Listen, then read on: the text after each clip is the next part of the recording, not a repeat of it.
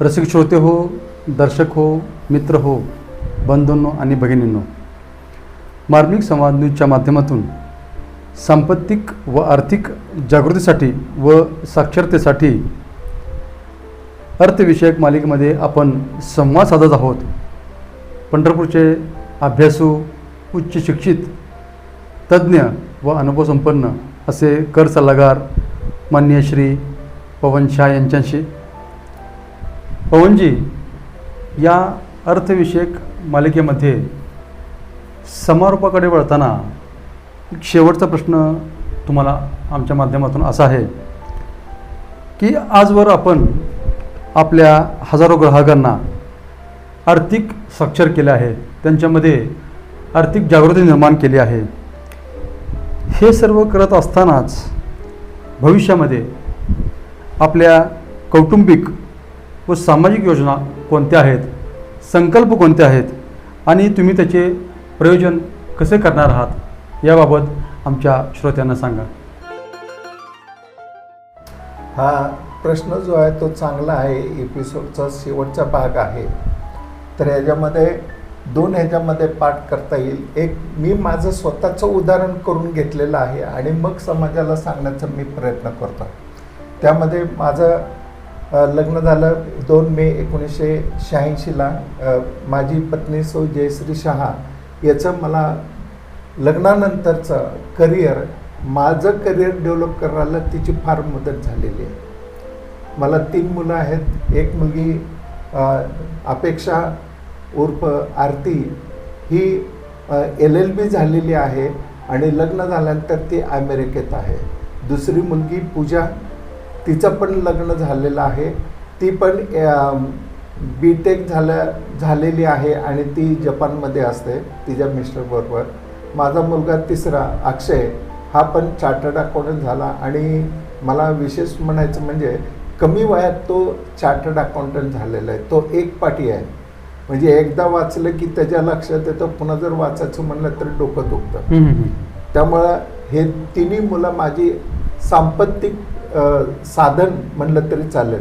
ज्ञानाच्या दृष्टिकोनातून संपत्तिक ज्ञान जे म्हणतात ते आहे.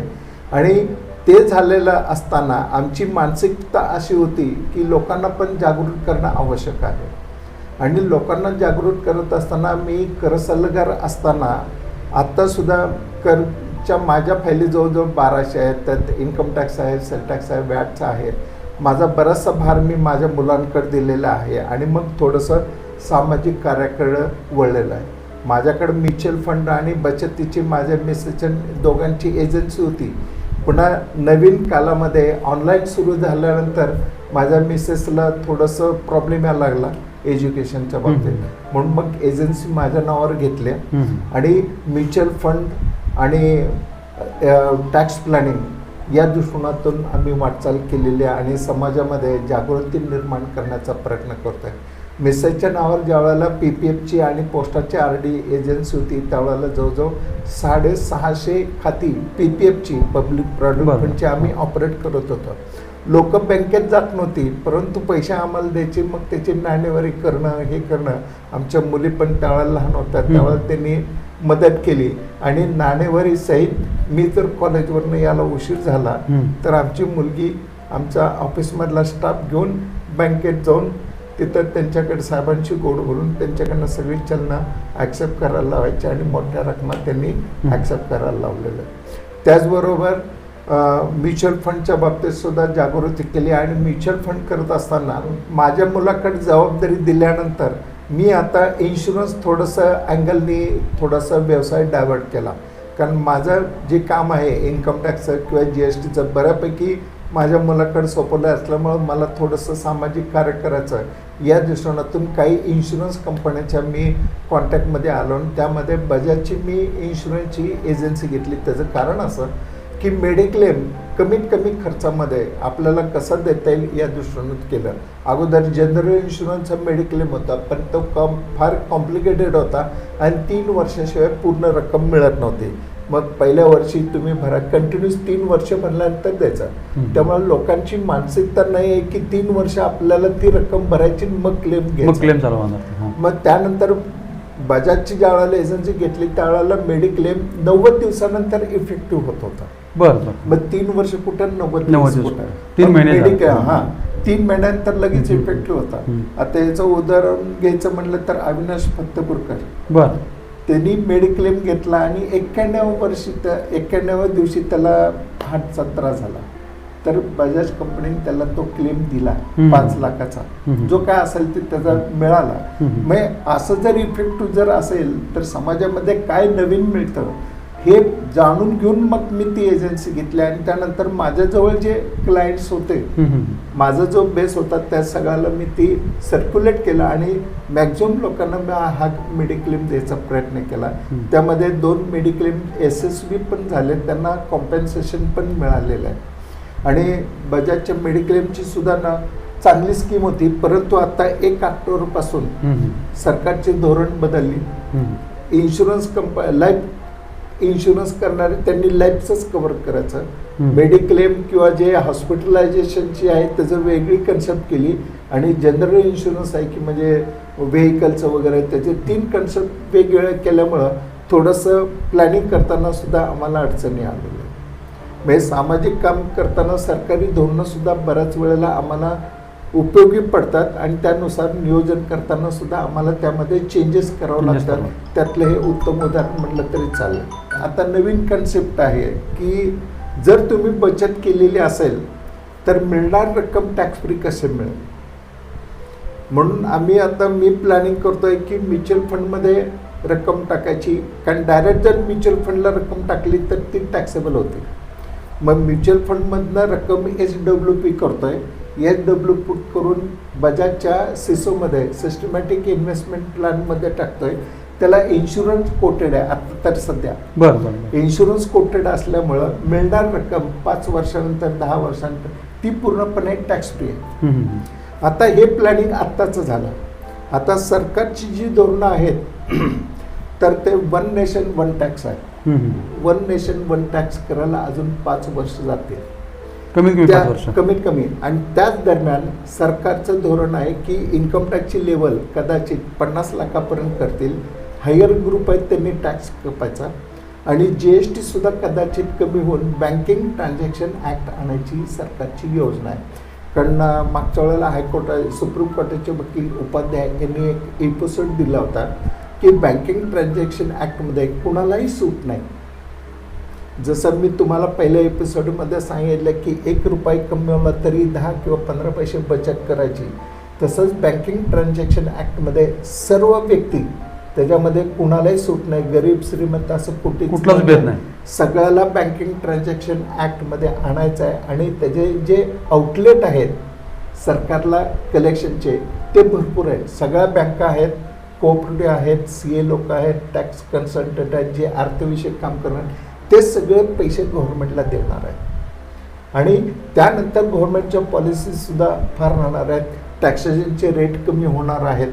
कारण आत्ता GST जर कालचं बजेट बघितलं फेब्रुवारीचं किंवा डिसेंबरचं 1,92,00,000 करोड एवढा रेव्हेन्यू मिळालेला आहे. ह्याच्यामध्ये अजून सुद्धा काही ठिकाणी बजबजपुरी असतील नाही असं नाही, परंतु मॅक्झिमम रेव्हेन्यू या लागलाय का तर सबका विकास, सबका साथ आणि सबका विश्वास, लोकांवर विश्वास ठेवल्यामुळं सरकारला एवढा रेव्हेन्यू मिळालेला आहे. आणि कराचं धोरण जे आहे सरकारचं, टॅक्सेशनचे रेट कमी करत चाललेलं आहे. आता नवीन जर बजेट आता जर बघितलं 25चं तर इन्कम टॅक्सची लिमिट 24 लाखाच्या पुढे 30% केलेली. गेल्या वर्षी 15 लाखाच्या पुढे 30% होती. त्याच्या अगोदर 10 लाखाच्या पुढे 30% होते. आता लोकांचा प्रॉब्लेम असा झाला आहे की सर तुम्ही आम्हाला असं सांगा, काय वेळेला असेल आम्हाला सर ते म्हणतात की 12 लाखापर्यंत येण्यासाठी कुठला तर आम्हाला व्यवसाय सांगा की जेणेकरून आम्हाला 12 लाख मिळतील, म्हणजे 1 नंबरमध्ये रेकॉर्डला येण्यासाठी, आणि आम्हाला कुणालाही कर्ज न मागता आम्ही आमच्या स्वतःच्या पायावर उभं राहू शकेल अशा दृष्टिकोनातील गव्हर्नमेंटची धोरणं आहेत. आणि स्थिर सरकार असल्यामुळंच हे डिसिजन चांगल्या पद्धतीने सरकार घेत आहे. आणि त्यामुळं समाजामध्ये एकोपा राहतोय, प्रत्येकाला काम मिळत आहे. काम कामाचा गुरु आहे.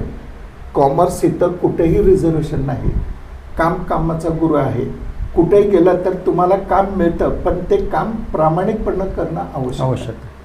अर्थविषयाच्या बाबतीत जर तुम्ही म्हणला तर पूर्ण इकॉनॉमिक अर्थशास्त्र हा एक सब्जेक्ट होता. त्यानंतर मग MBAचे कोर्स झाले, स्टॅटिस्टिक्स झालं, फायनान्शियल झालं, अकाउंटिंग झाले, हे त्याचे ब्रँचेस झाले. आर्थिक आणि सामाजिक संपत्तीचं जे विश्लेषण केलेलं आहे त्याच्या मागे एवढे आहेत की एवढ्या ब्रँचेस झालेले आहेत. आणि आता तुम्हाला पैशाचं नियोजन करताना मायक्रो पद्धतीने करायचं आहे. पैशाचा हिशोब करण्यासाठी आपल्याला नियोजन करणं आवश्यक आहे. पूर्वी बँकेत ठेवलं, पैसे जमिनीत पुरले किंवा लॉकरमध्ये ठेवले, त्याच्याने काही उपयोग होत नाही. आता डिजिटल मार्फत आपण चाललेलं आहे. पैशाला पैसा कसा मिळेल हे पाहणं आवश्यक आहे. म्हणून तुम्हाला एक उदाहरण दिलं होतं की इन्व्हेस्टमेंट तुम्ही करत राहा, पैशाची गरज भासली तर त्यातून पाहिजे त्यावेळेला त्यातून विड्रॉ करा, तरीसुद्धा तुमची बचत कंटिन्यूस राहिली पाहिजे. हे सर्वात महत्त्वाचं. म्हणून बचत ही कंपल्सरी गरीब असून नाही तर श्रीमंत सगळ्यांनी करणं आवश्यक आहे. श्रीमंत जे आहेत सामाजिक कार्य करतात, पैसे खर्च करतात, त्याच्या नादाने दुसऱ्याला रोजगार मिळतो, तो भाग वेगळा, परंतु त्यांनी सुद्धा बचत करणं आवश्यक आहे. आता एक जण आहे 115 कोटीचं पॅकेज सोडून त्यांनी हे केलेलं आहे, काय संन्यास घेतलेला आहे. का घेतला तर मानसिक स्वास्थ्य नाही आहे.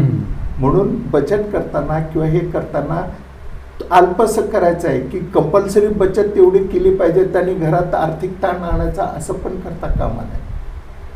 बचत सहजासहजी व्हायला पाहिजे. फक्त काय वेळेला एखादी गोष्ट करायची असेल तर त्या महिन्याच्या ऐवजी पुढच्या महिन्यात किंवा 1 वर्षाने करणं आवश्यक आहे. एकाच वर्षात, एकाच महिन्यात, एकाच दिवशी सगळी तुमची ध्येय धोरणं जी आहेत ती सफल करावी असं काही नाही आहे.